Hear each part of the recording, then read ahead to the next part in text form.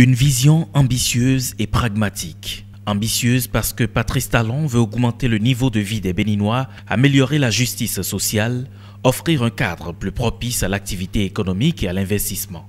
Pragmatique car le chef de l'État souhaite instaurer une nouvelle gouvernance. C'est pourquoi, dès le début de son mandat en avril 2016, le président de la République a entrepris bien de réformes à travers 45 projets phares étalés sur le quinquennat.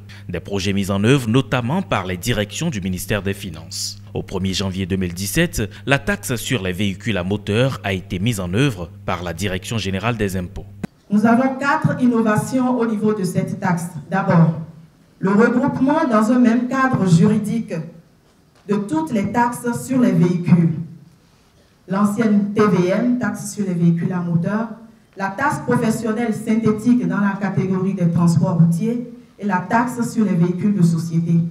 Donc nous avons désormais une seule dénomination, qui est la taxe sur les véhicules à moteur. C'est une taxe qui va être payée selon que vous possédez une voiture et l'imposition est déterminée par rapport à la puissance de la voiture. Elle avait existé, elle a été réinstituée simplement.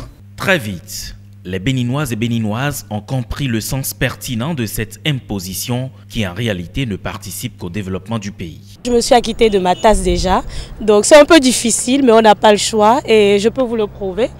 La vignette elle est bien collée au niveau de ma vitre. Ben oui, voilà, moi j'ai déjà payé. On va dire qu'on est bon citoyen.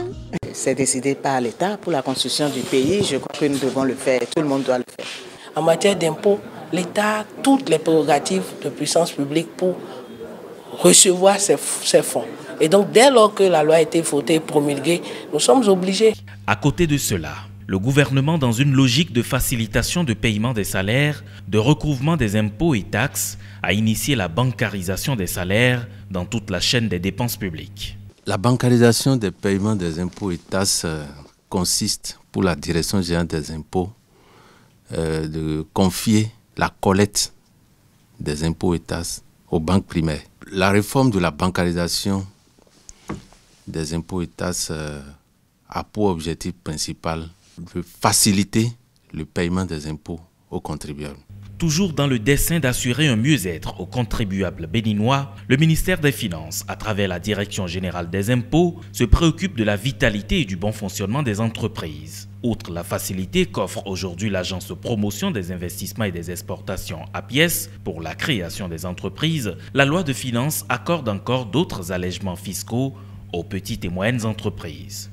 Depuis l'institution de la TPS en 2015, on a revu la segmentation des entreprises. De 0 à 20 millions, c'est le régime des micro-entreprises.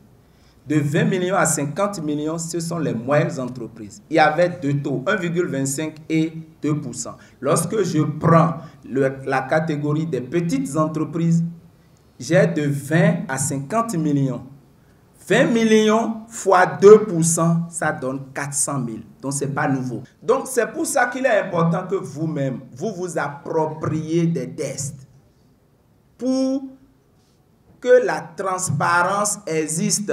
Ainsi, la collecte de ces différentes taxes et l'amélioration du climat des affaires devraient permettre à l'exécutif de mobiliser des ressources pour financer les grands projets du programme d'action du gouvernement.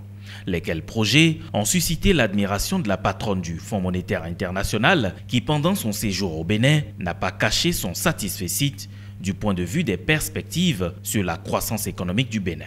Nous avons un prévisionnel de 6%. Je sais que vous êtes un tout petit peu au-dessus. Moi, j'espère que j'aurai tort et que vous aurez raison.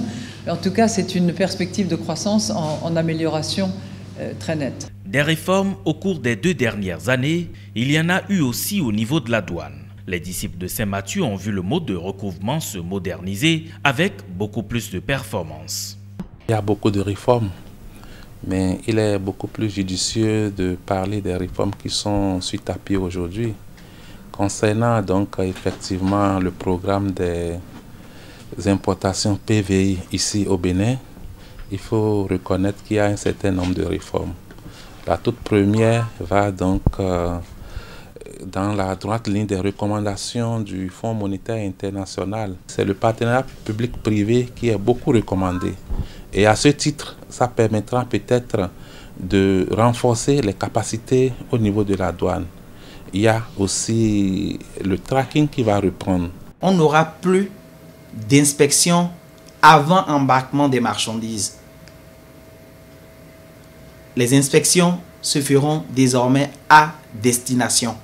Et mieux, les intentions d'importation se feront désormais en ligne. Si chacun, technicien que nous sommes, nous pouvons chacun mettre du sien pour accompagner la rupture, je crois que d'ici 1 an, 2 ans, nous allons constater qu'il y a eu beaucoup d'améliorations. Pourquoi pas le Bénin deviendra un Eldorado pour l'Afrique de l'Ouest. Le Bénin, un Eldorado pour l'Afrique de l'Ouest, c'est le vœu du président Patrice Talon. Le chef de l'État entend faire du Bénin un pays moderne, bien gouverné et ouvert aux investisseurs. Et pour y arriver, les réformes sont indispensables.